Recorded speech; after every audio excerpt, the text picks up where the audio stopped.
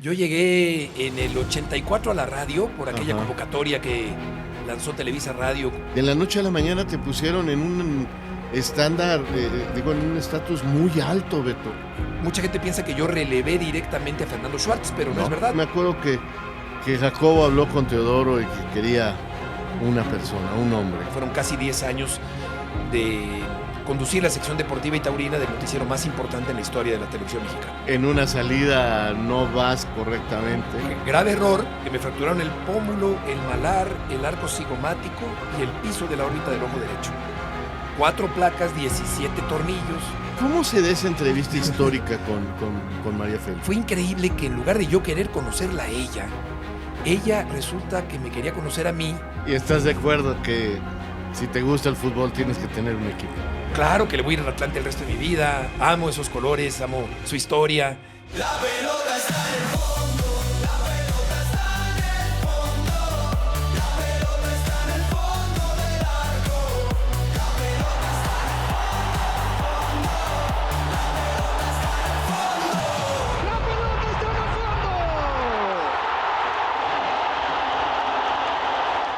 fondo. De Europe presenta. ¿Qué tal, amigos? ¿Cómo están? Qué gusto saludarlos. Ya estamos aquí en su podcast preferido. La pelota está en el fondo y como les dije desde un principio, tratamos de tener amigos, gente que a lo largo de una carrera que empezó hace muchísimos años, hemos tenido la fortuna de hacer muy buenos amigos y que hoy en día tienen un lugar, sin lugar a dudas, en el ánimo de todos ustedes. Quiero agradecerle mucho a De Europa el apoyo que nos está dando. La verdad es extraordinario. Y invitarlos a que se suscriban a este programa, a este podcast, porque en verdad tenemos grandes sorpresas para ustedes. Bueno, mi invitado de hoy es una persona que conocí también en la década de los 80, extraordinario periodista, gran ser humano, con quien me ha tocado vivir cosas que jamás me imaginé vivir, que ya iremos platicando, anécdotas increíbles que vivimos, pero que además yo creo que podría ser de nosotros, la gente que nos dedicamos en el medio, el símbolo de superación. De una persona que se ha ido superando y que no tiene límites.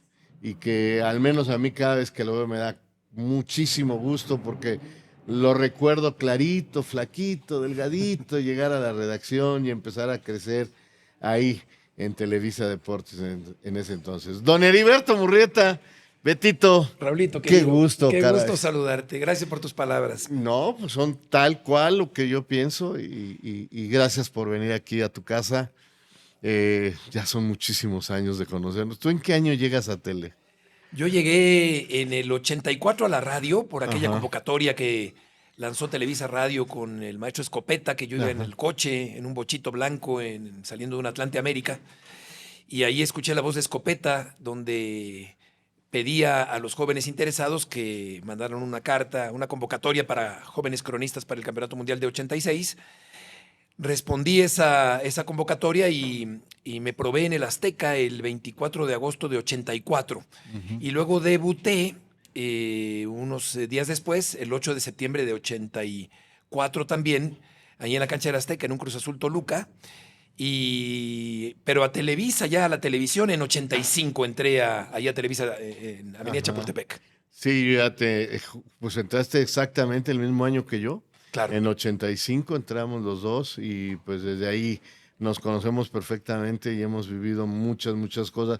Pero para quien no te conoce, mi querido Beto, tú eres un chico de clase media, Sí. que su papá aficionadazo al fútbol y a los toros, a ti y a tu hermano y a tu hermana, que tengo el gusto de conocerlos, los llevaba desde muy pequeños a ver al Atlante, a ver a los toros, y vamos a platicar de todo esto.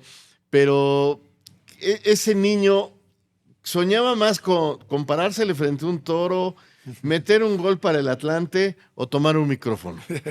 Yo creo que primero que nada meter un gol para el Atlante, porque el Atlante siempre fue mi obsesión, tuve una obsesión futbolera toda mi vida jugando fútbol, todo el tiempo, Raulito, todo el tiempo en la calle, en el pequeño jardín de la casa de Bartolache, en la Colonia del Valle, una casa rentada, lo cual refuerza definición que acabas de hacer de la clase media, sí, totalmente clase mediero. Clase media baja, si me apuras, porque había muchas carencias, bueno, no carencias, sino esfuerzo de mi papá para poder meternos a una escuela de paga, una escuela muy cara, en la cual estuvimos estudiando toda la vida. Pero el Atlante, mi papá me lo heredó, me lo transmitió y fui un atlantista enfermizo, apasionado, hasta la médula desde niño, cuando mi papá me llevaba al Estadio Azteca y empezaba yo a disfrutar de esa emoción de ver a un equipo que era muy intermitente, perdedor, pero con mucho amor a la camiseta, con mucha garra, con mucho coraje, un equipo muy del pueblo, identitario de las clases populares mexicanas, de la capital de la República Mexicana concretamente, el Atlante es de la Ciudad de México, y ahora volverá a la Ciudad de México, lo cual a mí me da mucho gusto. Y yo creo que eso, pero a la par de la afición al fútbol y a los toros, me llamaban mucho la atención los cronistas. Escuchaba particularmente a Ángel Fernández, como seguramente tú y muchos de nuestra generación, Claro, ¿no? claro. Pepe Alameda, Paco Malgesto, Fernando Marcos, desde luego, que era muy culto, un hombre muy inteligente, muy agudo. Pero Ángel particularmente me atrapó su imaginación, sus hipérboles, su creatividad, su capacidad para hacer de partidos muy aburridos, auténticos espectáculos a través de la televisión. Un hombre leído que ponía apodos muy bien puestos. Sí. Entonces Ángel me fue un inspirador grandísimo para mí. Yo he sido un admirador profundo de Ángel Fernández y yo creo que a la par de mi gusto por el fútbol y por los toros, el high alay, el box, el béisbol, los museos, la música clásica, estaba el gusto también por la crónica deportiva. Eso es interesante.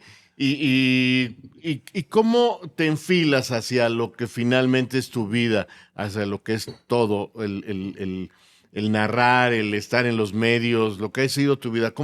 ¿Cómo te enfilas hacia eso para hacer esta gran carrera que tienes? Yo creo, Raulito, que fue un poco circunstancial porque yo primero estuve en una estación de radio, en Radio Educación, que está en la esquina de Adolfo Prieto y Ángel Urraza. La antena de la estación se veía desde mi cuarto, la enorme antena de Radio Educación, y yo quería ir a trabajar ahí.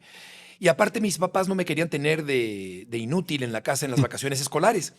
Entonces yo iba ahí de Office Boy, a jalar cables, a ir por las tortas literalmente de los jefes de Radio Educación al mercado que está ahí en la Colonia del Valle, un mercado sobre ruedas que ponían los martes, me parece.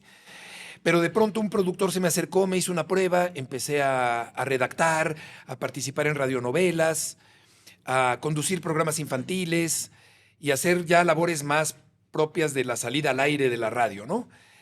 Entonces yo ya tenía claro que quería dedicarme a esto, pero ya concretamente a la crónica deportiva, pues fue circunstancial porque de no haber escuchado esa convocatoria de Escopeta al salir del Azteca, quizá yo me hubiera tenido que dedicar a otra cosa.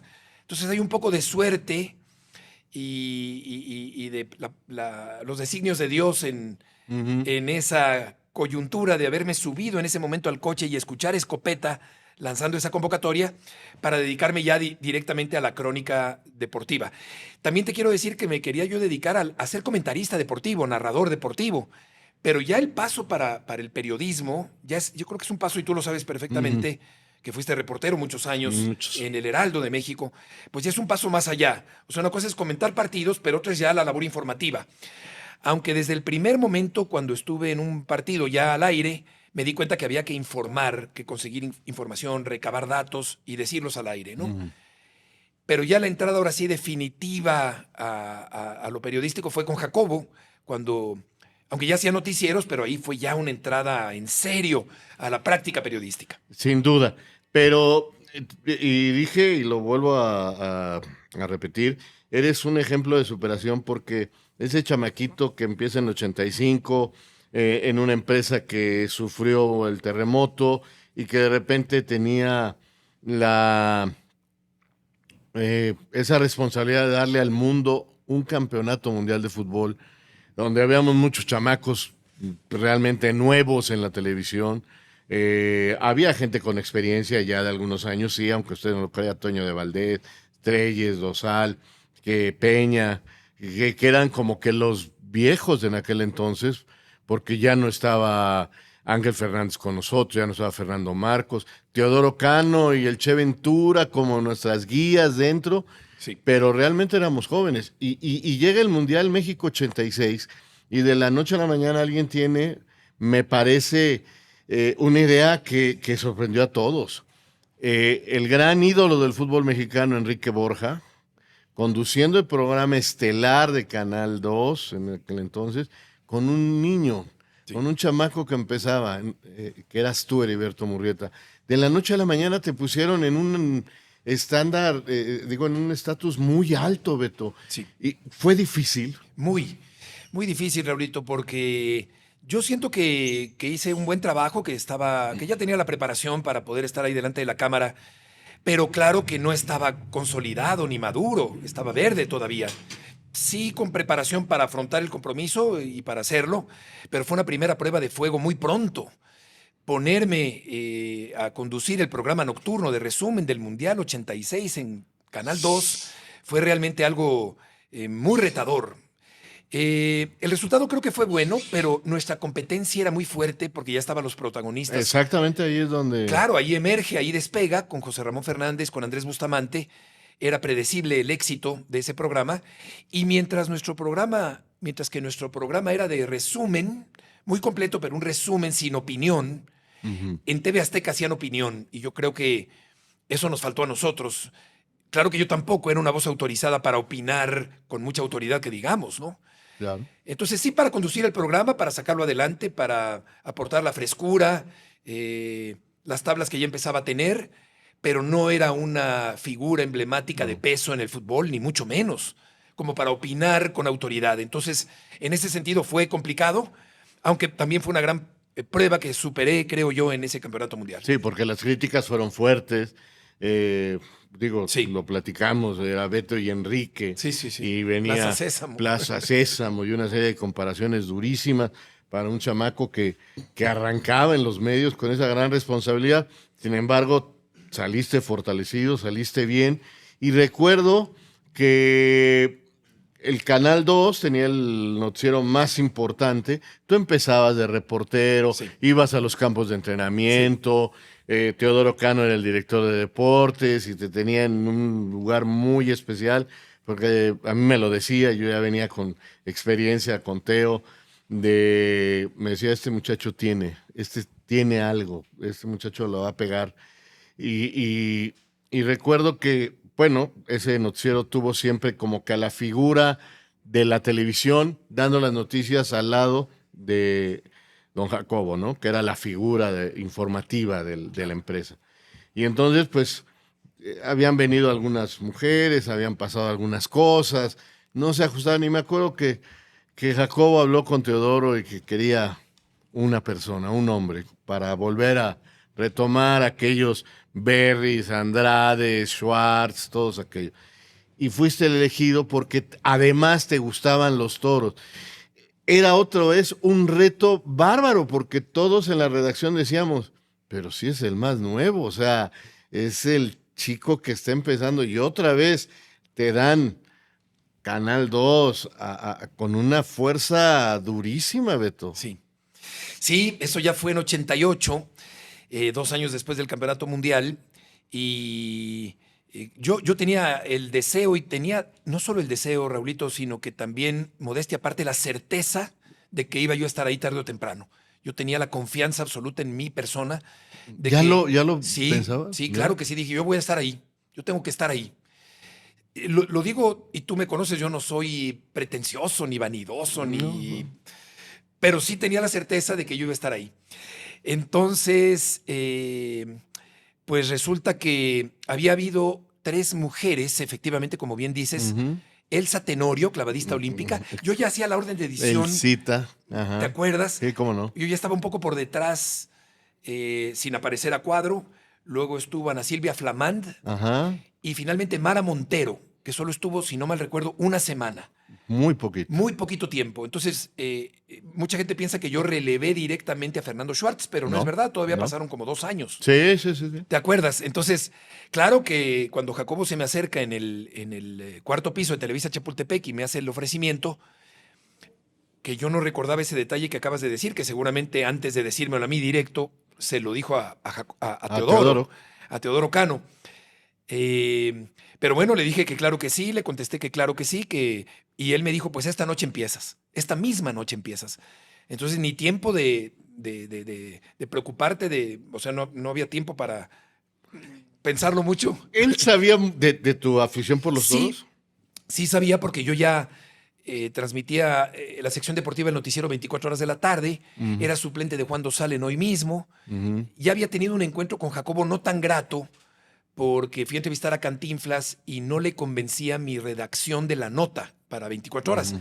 Además, yo estaba acostumbrado a elaborar notas muy largas para hoy mismo, para Guillermo Ajá, Ochoa, claro. que duraba 4 horas, mientras que 24 horas duraba media hora o 1 hora Ajá. máximo, porque fue cambiando Teníamos durante 20, los 30 años. segundos. de Claro, nota. era breve y yo no encontraba la manera y Jacobo se desesperó mucho la primera vez. Rompía el papel literalmente en mis narices hasta que a la tercera, ya para mi alivio, firmó de autorizado. La tercera fue la vencida. Entonces yo con ese antecedente pues no había sido tan agradable, porque un Jacobo joven todavía, estricto, duro, muy formativo, pues quizá recordaba aquel incidente o aquella penosa reprobación de mi nota varias veces, ¿no? Ujú, ujú. Pero luego ya empecé el 5 de diciembre de 88 y me mantuve hasta el último día del noticiero, o sea, fueron casi 10 años de conducir la sección deportiva y taurina del noticiero más importante en la historia de la televisión mexicana. Y te convertiste en un personaje de la televisión, esa es la verdad. Te convertiste en un personaje de la televisión, incluso a veces hasta en aquellos momentos, pues puedo decir insultado, porque se tomó inclusive de que tus atracciones sexuales eran distintas, sí. este, que por eso te habían elegido tantas y tantas mentiras, porque lo conozco y puedo decirles que es distinto. O sea, críticas constantes, pero te mantuviste y le diste un sello a tu sección del Primer Espada. Sí, Primera Espada, Joven Murrieta, que pues ya es obsoleto a estas alturas de la vida, con 60 No. años. Pero sí, se rumoraba eso y yo lo escuchaba, estaba enterado de que se decía eso y efectivamente soy todo lo contrario, respeto a quien Claro. tenga cualquier preferencia sexual, pero yo sí soy todo lo contrario a aquello que se pensaba. Y Jacobo tampoco. Entonces, la imaginación popular llega a ser perversa. Y cualquier persona elucubra, se imagina y decide lo que es cada persona, sin conocerla. Es una forma muy mexicana, lamentablemente, de ser, definir, decretar que fulanito de tal es así o asado. Así somos. Así es. No encontramos, no aceptamos el éxito, sino que tenemos que encontrarle un pero. Ah, seguramente fulanito, es que anda con tal. Y en mi caso, para nada. Solo el trabajo tan exigente de cada día, el jefe tan exigente de cada día, el hombre muy rígido en la formación, también un ser humano muy bueno, que era capaz de ofrecer una disculpa al principiante si se excedía en el regaño, que eso debo decir a favor de Jacobo, una persona con gran calidad humana, muy culto, un gran conversador, muy apoyador. Cuando querían sacarme de los toros, algunas personas de los toros que no les Ajá. gustaban mis opiniones, iban a pedir mi cabeza y él me defendió siempre y eso pues no lo puedo más que agradecer. ¿Te has dado cuenta que inclusive has tomado de Jacobo Saludowski cosas personales? Pues o sea, sí, un poco. tu manera de hablar, Sí. tu manera de expresarte, como que te reflejas en Jacobo. Pues Logró sí. ser para ti algo más allá que nada más tu jefe, que tu líder, Pues que tu... sí. Sí, Raulito. En la forma no tanto de hablar quizá, pero sí hasta de caminar o de entender el periodismo. Me casé mucho, estoy casado con la idea periodística que de él aprendí. Creo que entendí el periodismo con el mejor maestro que pudo haber, que no daba concesiones. Entonces, realmente lo aprendí, creo que bien. Cómo desbrozar la información, cómo dar la información, cómo dar la noticia concreta, breve, sustanciosa, sin rollos, sin prolegómenos, sin cursilería, sin lugares comunes. Entonces, sí estoy muy hecho a la medida de Jacobo y me Sí. siento muy orgulloso de pertenecer a esa escuela, porque es una escuela que tiene categoría, que tiene respeto por las formas, que entiende el periodismo como tiene que hacerse, sin polémica barata, sin insultos. Entonces, ¿me enorgullece venir de esa escuela periodística? Claro que sí. Te tengo que decir en este momento, no lo tenía yo planeado así, pero quiere decir que tú no estás tan a gusto con el periodismo que se hace hoy en televisión, porque ha cambiado muchísimo, Beto. Sí. No estoy tan a gusto, no estoy tan a gusto. Me llevo muy bien con todos mis compañeros desde siempre, tú lo sabes, Ajá, y no, también sí. ahora. Me llevo muy bien con todos, respeto a todos, entiendo que hay formas de hacer el trabajo, que hay un interés por el rating, por el auditorio, por ganar auditorio, pero evidentemente pues tengo una forma de ser y una forma de comportarme fuera de la televisión y también dentro de la televisión. Entonces, no me encanta lo que veo en muchas ocasiones, y ni modo de cambiar yo a estas alturas de la vida Exacto. y modificar mi forma de ser y convertirme en alguien que no soy. Entonces, yo creo que me puedo adaptar. Pues, tengo esta ductilidad. Porque Sí, sigues en la televisión, sí, tienes programas en la televisión y te estás adaptando, pero sin cambiar en el eso fondo. es. Exacto, exacto. No quisiera cambiar. Puedo entender cómo son los tiempos, cómo son las maneras actuales, pero obviamente conservo pues, una forma de ser que ya a estas alturas ni quisiera cambiar, ni puedo, ni podría, ni quisiera cambiar. Ahora, en tu vida aparece Jacobo, pum, pum, aparece el primer Espada, aparece el joven Murrieta y aparece de una manera muy importante los toros. Sí. Porque yo creo que después de Paco Malgesto y de Pepe Alameda, que fue compañero mío, maestro de periodismo, sin lugar a dudas, en Heraldo de México, la otra voz identificada, te estoy hablando desde los años 80 hasta la actualidad en los toros, es Heriberto Murrieta. No hay otro, perdón, pero que me disculpen los demás. ¿Cómo es que logras guardar un poquito ese atlantismo, esa afición por el fútbol que te llevó en un año a conducir un mundial, en estar metido en los campos de entrenamientos, a volver a eso que ya te ligamos más a ti con los toros que con el fútbol? Pues sí. Fíjate que y como crecieron paralelamente mi afición al fútbol o al Atlante concretamente, y por los toros, que pues eran aficiones paralelas al mismo tiempo y yo creo que casi que del mismo, con la misma intensidad, con la misma dimensión. Entonces, pues sí, siguen a la par, pero el toro pues también me ha apasionado y me encantan los toros y entiendo la crónica taurina no únicamente como una actividad periodística que consiste en narrar un evento que está ocurriendo en vivo en ese momento, o en apuntalar con palabras lo que las imágenes ya están enseñando, pero también como algo artístico. Yo quiero entenderlo como algo artístico, poético, literario, con un cierto vocabulario, con unas ciertas pausas, Sí. con un cierto ritmo, y narrar corridas de toros creo que es lo que más me apasiona en esta profesión. Y sí, es muy bonito saber que se me identifica con los toros. No me avergüenza en lo absoluto, a pesar de que mucha gente ahora está en contra de la tauromaquia. Ajá. Al contrario, me siento orgulloso de ser identificado con una actividad tan bella, artística, estética y cultural como es la tauromaquia. Y sí, creo que quiero ser un sucesor digno de esos grandes cronistas que has mencionado. Ahora, yo lo puedo decir, esos problemas que en su momento tuvo Beto Murrieta para transmitir los toros, es que siempre fuiste un tipo derecho. Y si las cosas no estaban bien en los toros, si los cuernos no estaban bien afiladitos, si no estaba el animal presentable para un coso su edad. o su edad, el peso, todo lo que necesita un animal de lidia para presentarse en un lugar como la Plaza México, lo decías. Sí. Y esto incomodó.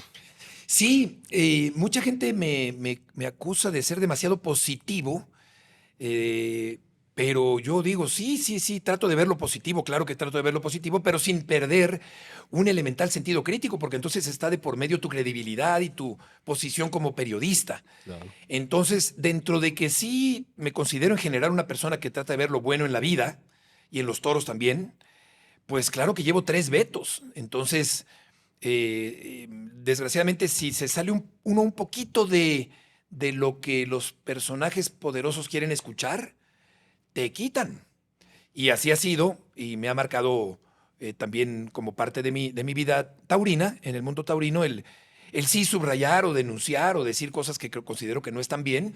Claro que uno va aprendiendo a matizar y a darse cuenta el papel que uno juega, el daño que pueden hacer las palabras de uno, tú sabes, ¿no? Pero sí, creo que se puede hablar positivamente sin perder nunca un mínimo sentido crítico que tiene que haber siempre desde la Por supuesto. postura periodística. Y fíjate que les voy a platicar que yo acompañé varias veces a Beto y pues también me gustan los toros, tampoco me apenan, al contrario. Y me encontraba yo con un Heriberto Murrieta muy parecido a Raúl Sarmiento, porque también fuiste acompañándonos al fútbol y yo saludaba a entrenadores, jugadores, abrazos. Y yo veía a Beto Murrieta llegar y saludar a todo mundo. Eras amigo del torero, del novillero, del banderillero, del hombre a caballo, del alguacil. O sea, eras Sí. amigo de todos. Y hoy en día, esta nueva generación, que es muy válida y muy correcta, dice que los periodistas de la escuela anterior estamos mal porque éramos amigos de los personajes. Y yo no estoy de acuerdo con eso, Beto, porque si los toreros o los futbolistas no entienden, una cosa es la amistad y otra cosa es lo que haces en tu profesión, pues te das cuenta que no son amigos, ¿verdad? Sí. Pero eso no te lleva a no hablar bien o mal cuando tengas que hablar. Eso es. Sí, yo creo que no se pierde la independencia periodística cuando se tiene una relación un poquito más cercana con algún protagonista del deporte o los toros.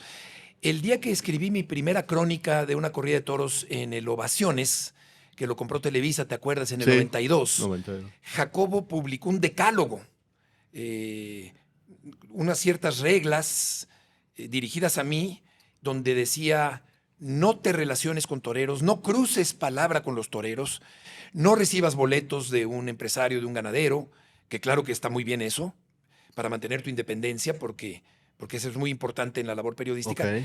Pero por otra parte, hay puntos que yo creo que no pude seguir al pie de la letra, como me los indicaba mi maestro, porque sí creo que es importante relacionarse con los toreros para conocer pues su mentalidad, la técnica, lo que ellos piensan, lo que ellos sienten, lo que ellos viven cuando están frente al toro.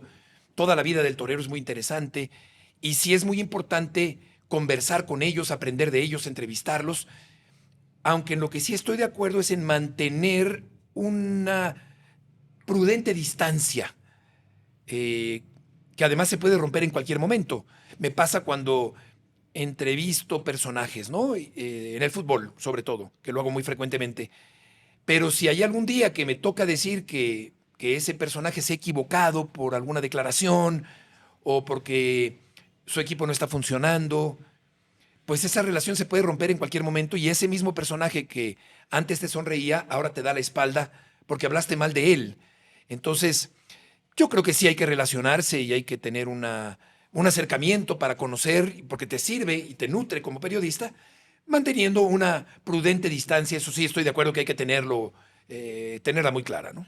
Ahora, ese es Beto Murrieta, ¿no? Taurino, futbolero. Pero hay un Beto Murrieta que ustedes no conocieron y que yo sí. El futbolista. Siempre te gustó jugar. Uy, y tú eres nuestro entrenador. Entonces, sí, de las cosas que me han gustado en la vida y que pues a lo mejor mucha gente no sabe, es que he jugado fútbol toda mi vida. En la calle, en la escuela, en Pumitas, en la universidad, con el equipo de Televisa. Yo, el otro día que me encontré a Raúl Pérez, yo creo que hemos de haber jugado 150 o 160 partidos en la Ciudad de México, en el Palillo Martínez, pero también en otras canchas, en el Velódromo, o en Orizaba, o en Puerto Vallarta, o en Cadereyta, Nuevo León. En varias ciudades nos llamaban para ir a jugar contra ellos, ¿no? Así es. ¿Te acuerdas? Y tú siempre nos dabas indicaciones muy claras.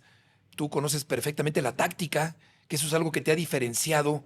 Tú conoces muy bien la entraña del juego y la táctica del juego. y la decías de una manera muy sutil y elegante y espaciada en las transmisiones.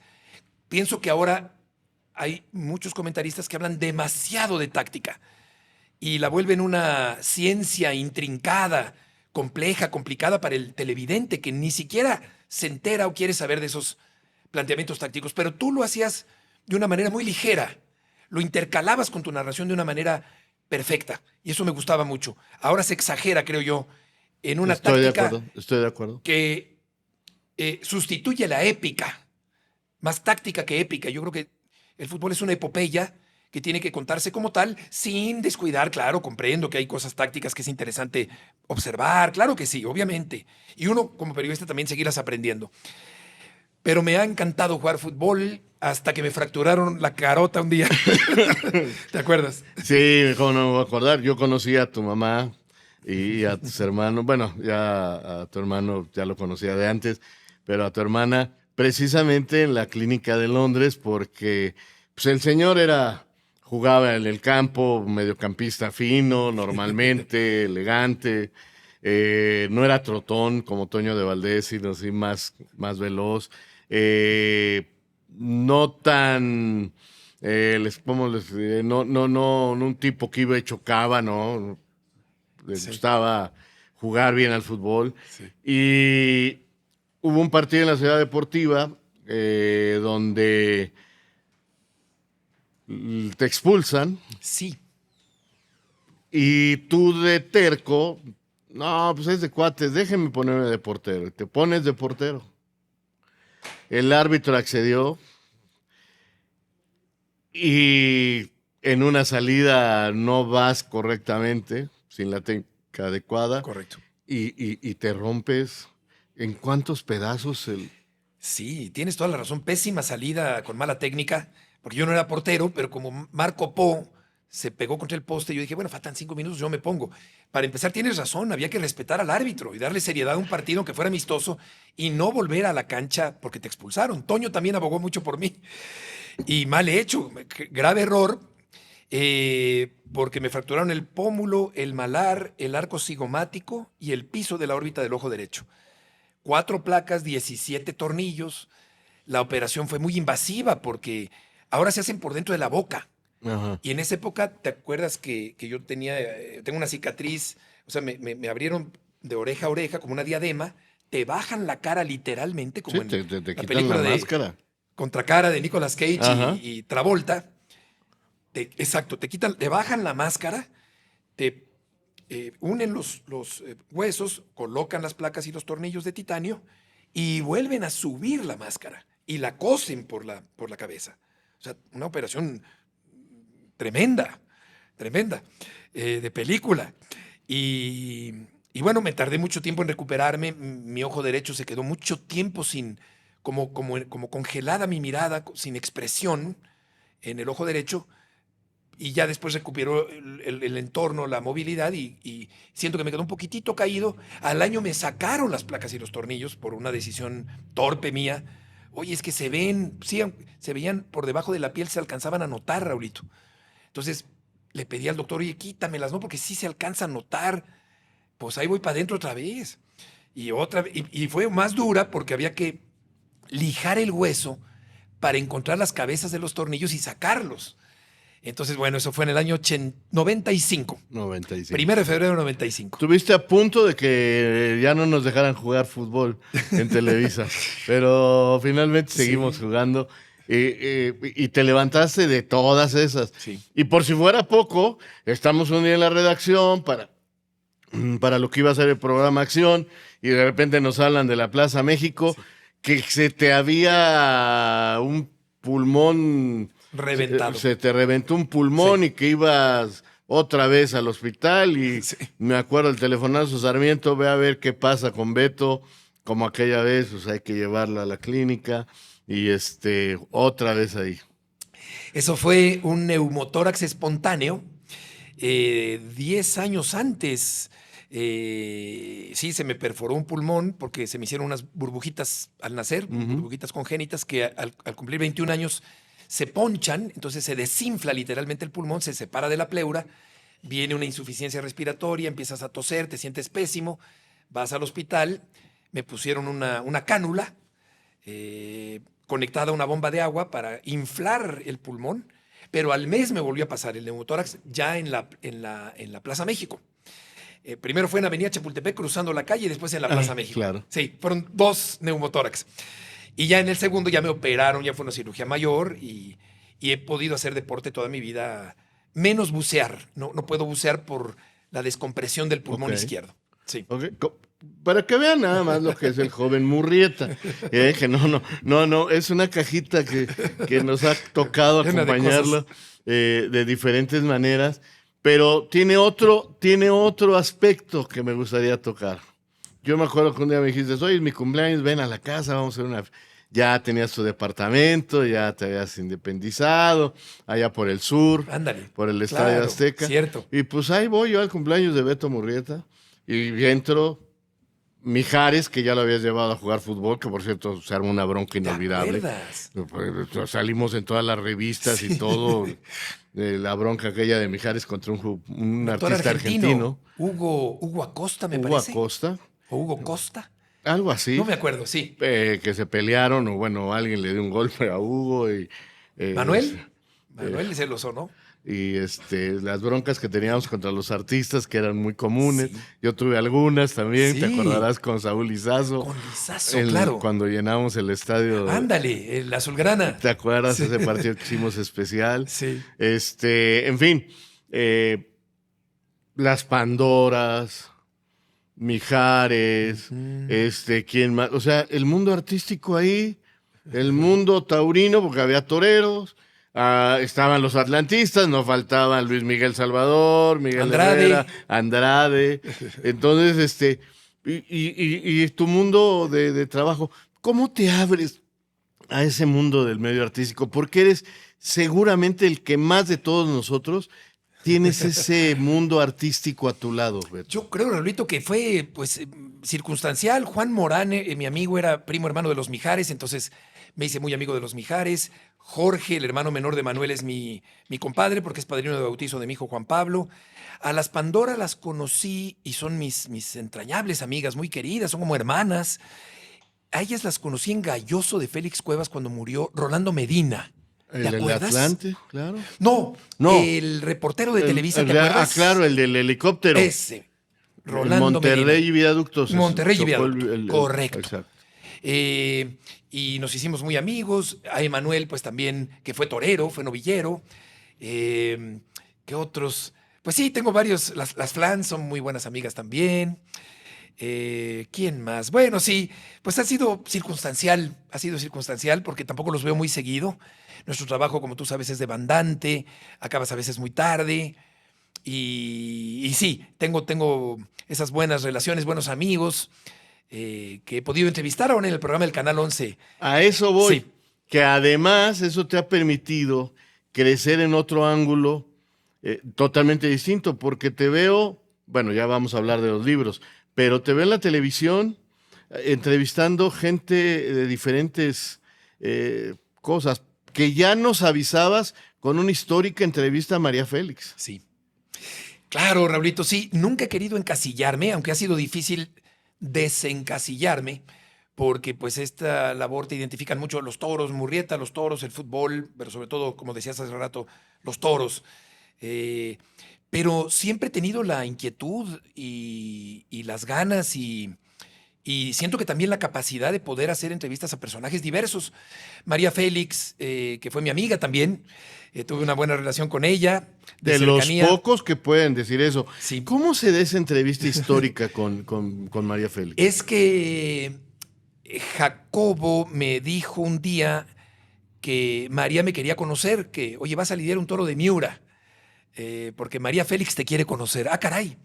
Entonces fue increíble que en lugar de yo querer conocerla a ella resulta que me quería conocer a mí y veía el noticiero todas las noches, me escuchaba en los toros los domingos, conocía mis palabras, mis frases, mis entonaciones.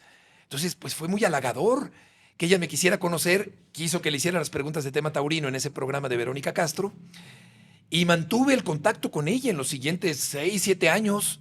de ir yo solo a su casa, pasar tardes enteras, ella y yo solos, Raulito. No había nadie más. Y pues eso es una cosa padrísima. Una mujer muy inteligente, muy preparada, con una personalidad arrolladora, muy simpática, que esa es una faceta que quizá no se conoce tanto, muy graciosa, muy ocurrente, una carcajada estentoria, muy cariñosa conmigo, extremadamente cariñosa conmigo, no más que eso. Va. Y yo tenía 25 años y ella 75. Entonces, pues fue una experiencia fantástica. Y ahora, por fin, después de esperar 40 años la oportunidad, el Canal 11 me la dio. Pedí permiso en ESPN de trabajar en Canal 11 entrevistando a arqueólogos, pintores, poetas, artistas, cantantes, directores de cine. Y es muy halagador para mí, muy retador también, porque tampoco es que domine yo al 100% esos temas. Tengo una probadita de cultura general y trato de prepararme bien, de no tropezar, de no fallar, de mostrarme como alguien competitivo, competente en las entrevistas. Y es una cosa que me da muchísima felicidad, Raulito, poder por fin tener esa oportunidad. Pero además, eres el único que trabajas en 2 estaciones de radio distintas o 3, trabajas en diferentes canales de televisión. He ido pidiendo permisos. O sea, pero nadie lo tiene más que tú, Beto. Sí. O sea, ¿a qué atribuyes que se ha dado este éxito? Pero de veras, o sea, de único en México, nadie más lo tiene. Gracias, Raulito. Yo creo que en parte a que siento que narrar los toros no se contrapone con conducir fútbol picante o enfocados o ESPN Radio Fórmula. Entonces yo les hago entender a mis jefes de ESPN, oigan, pues esto no se contrapone, es otra actividad completamente diferente. Sí creo que lo es. Entonces, felizmente ESPN me presta a Televisa los domingos para narrar los toros. Y entrevistar personajes, a un arqueólogo, Eduardo Matos Moctezuma, o entrevistar a Julieta Gurrola, o entrevistar a Juan Villoro, pues no tiene nada que ver con mi labor del periodismo deportivo. Finalmente sí es periodismo en una parte y en la otra. Claro. Pero entonces yo creo que por eso me dan permiso y pues porque a lo mejor les insisto mucho, les caigo bien. Pero sí, afortunadamente puedo tener esta versatilidad a estas alturas de mi vida. ¿Qué te falta? Me falta una biografía, una autobiografía. Porque, bueno, dime. Sí, estoy escribiendo una autobiografía tratando de evitar al máximo ser cursi, evitar la cursilería, pero eso quiero hacer, Raulito. Estoy escribiendo ya una autobiografía que no sé cómo se va a titular, pero eso me falta. Y me falta seguir trabajando, y me falta seguir conduciendo programas, y me falta seguir haciendo entrevistas y perfeccionar mi modo de entrevistar, y ser empático y tratar de no robar cámara y no quitarle el protagonismo al entrevistado y tratar de no interrumpirlo y tratar de retomar con algún apunte que pueda demostrar que yo también estoy preparado para hacer la entrevista. Y eso pues lleva años seguirlo perfeccionando. Así que sigo con muchas ganas de seguir trabajando en Porque esto. ¿cuántos libros tienes ya?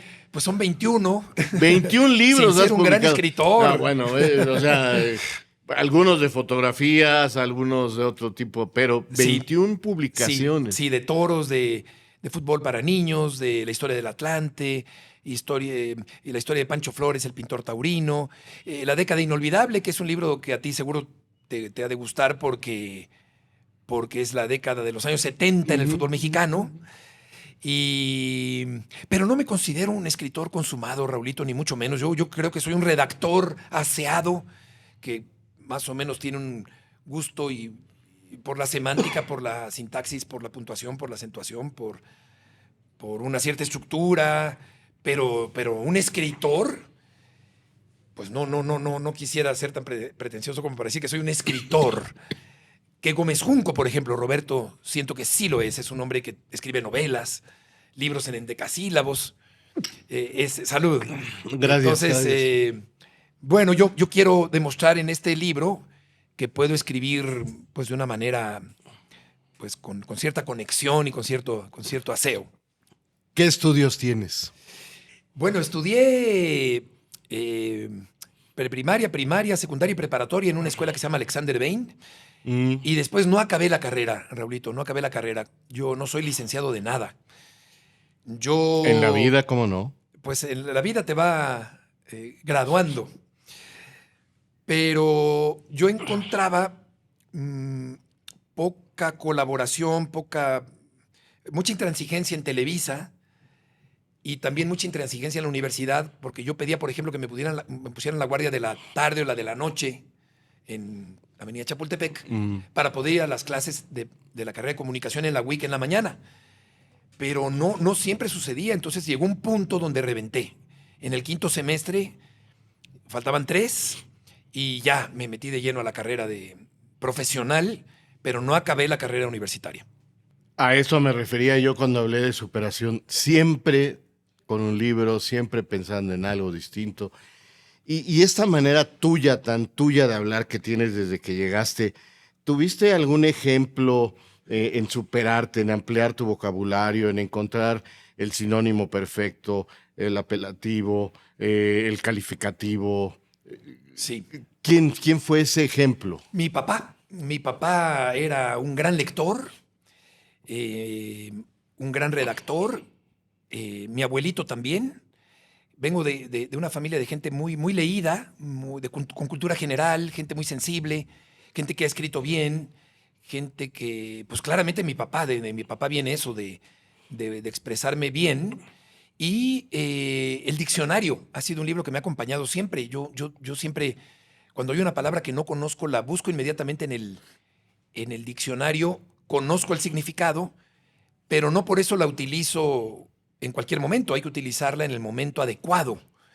Y me encanta, amo las palabras, Raulito, amo el idioma español, me encanta expresarme bien, me doy cuenta inmediatamente cuando alguien dice mal una palabra o utiliza muchas muletillas que yo trato de erradicarlas por completo al 100%. En una transmisión de 3 horas y media en Los Toros trato de no... Bueno, es imposible no decir la palabra toro varias veces o la palabra torero varias veces. Pero trato de usar la mayor cantidad de sinónimos que sea posible. Me gusta mucho ser impecable al expresarme, pero no cremoso ni para pantallar a nadie. No, ni mucho menos. Ajá. Un lenguaje entendible, bien utilizado, pero entendible, perfectamente entendible, ¿no? Sin mucha crema a los tacos. Hay 3 cosas para finalizar esta gran charla, donde lo que hemos buscado es que ustedes sepan quién es Heriberto Heriberto Murrieta. Y uno de esos es su experiencia en las Copas del Mundo, porque ya vimos que en el 85, en el 86 ya eras el que llevabas el programa, pero fuiste conductor, ¿narraste mundial? Sí, claro. En Italia, ¿no? En Italia, en 86 y en 90, Raulito. Es más, ahí hay fotos contigo en Italia 90. Sí, narré en televisión y en radio en el 86 y narré en radio y en televisión en 90 también. Sí. Okay. Sí, me tocó con el Che Ventura, con Raúl Cárdenas, con el Rudo. Claro. Que Ventura decía, oye, Arturo, no digas tantas groserías frente a Murrieta, que es muy educado. Pero no, a mí me divertía mucho el albur y me sigue divirtiendo mucho. Y no soy tan atildado como parece. Entonces, sí, narré mundiales. ¿Cómo no? Narré la final del Mundial de 90, Raulito, en radio. En radio. Con El Perro. Ajá. Y Dosal y Peña en televisión.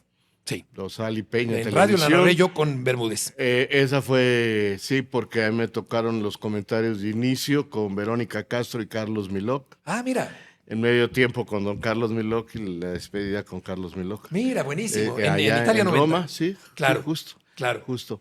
Pero bueno, en total, mundiales, olimpiadas. Sí, varios con Televisa, con ESPN también. He narrado mucho la gimnasia con Televisa y creo que son 3 Juegos Olímpicos narrando gimnasia, obviamente con un conocedor al lado.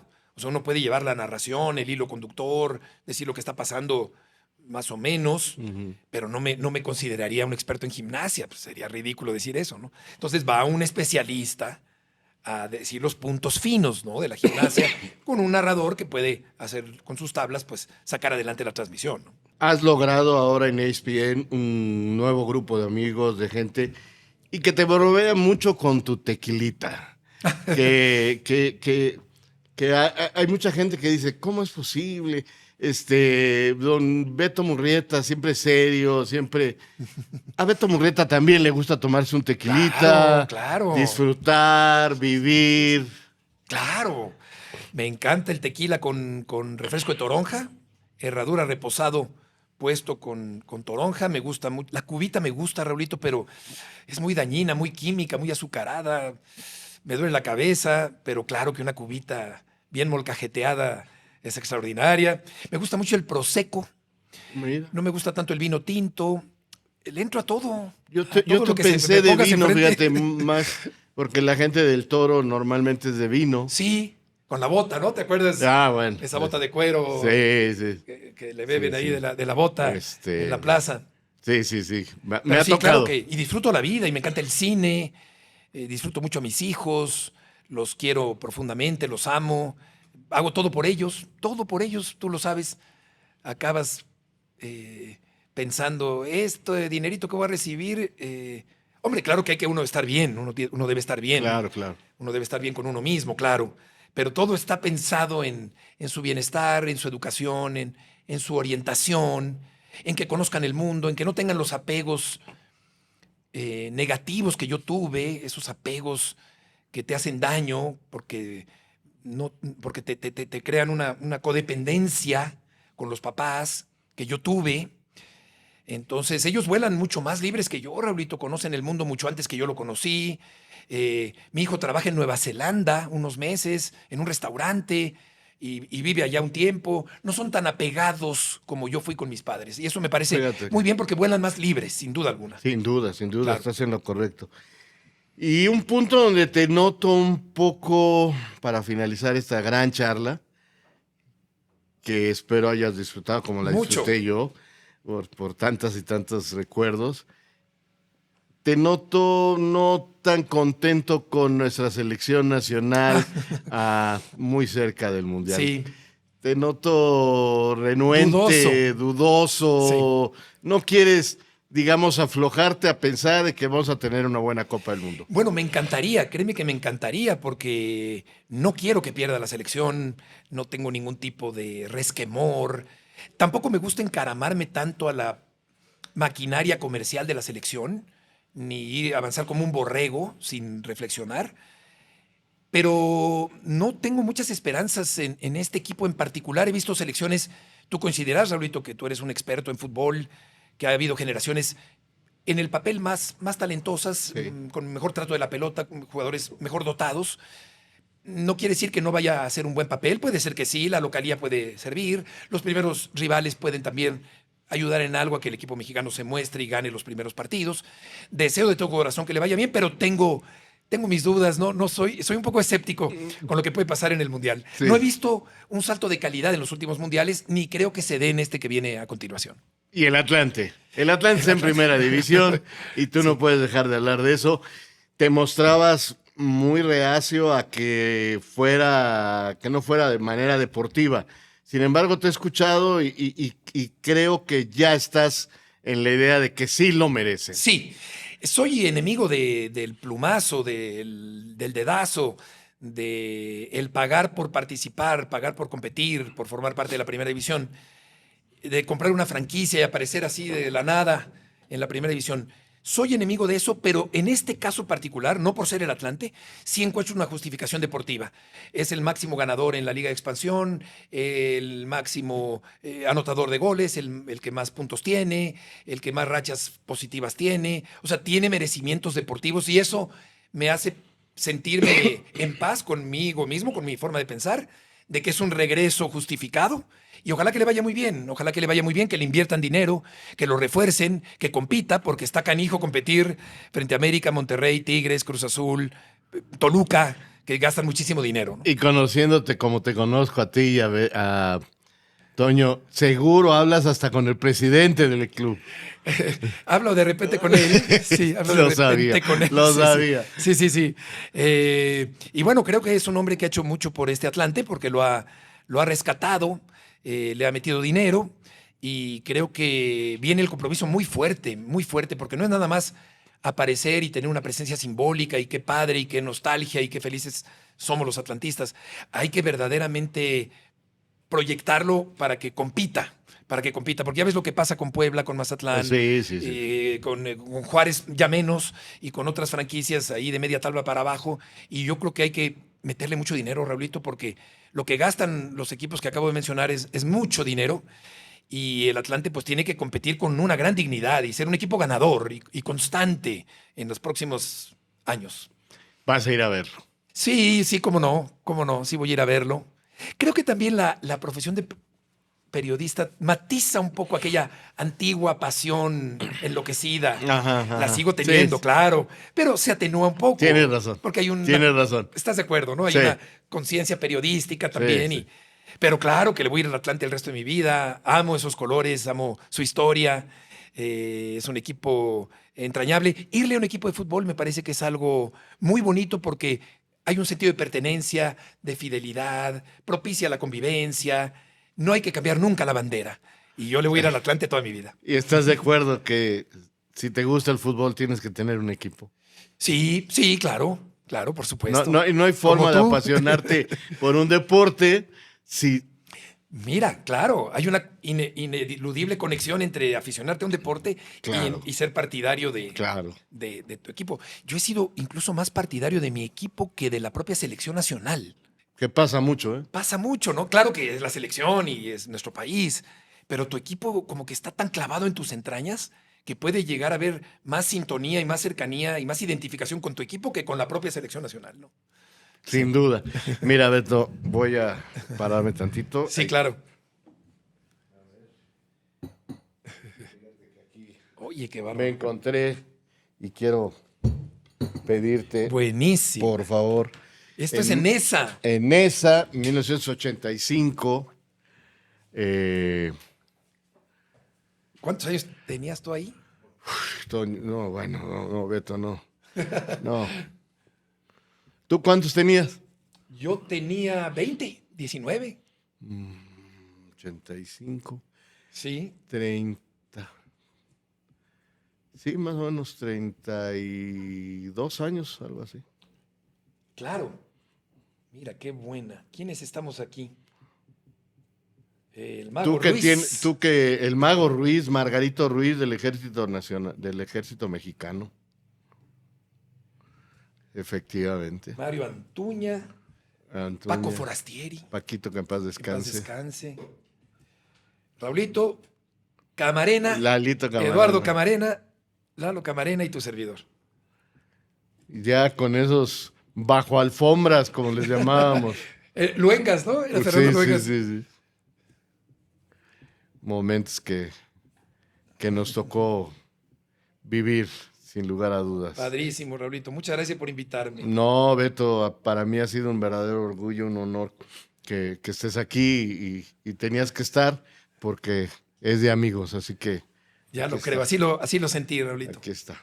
Muchas gracias. Muchas gracias, Beto. La pondremos en algún lugar en ese estudio para que quien venga sepa. Beto, Gracias, Raulito, gracias querido. por todo, de Sí, veras. Raulito querido, con todo mi cariño Cuídate. de siempre. No voy a saludarte como siempre porque hay respeto. Con groserías. Sí. Me ha extrañado que no me hables feo. A mí también. Grandísimo. Por favor, háganme el favor de suscribirse a este podcast. Gracias a De Europe y sobre todo a usted que nos hace el favor de seguirnos. Gracias.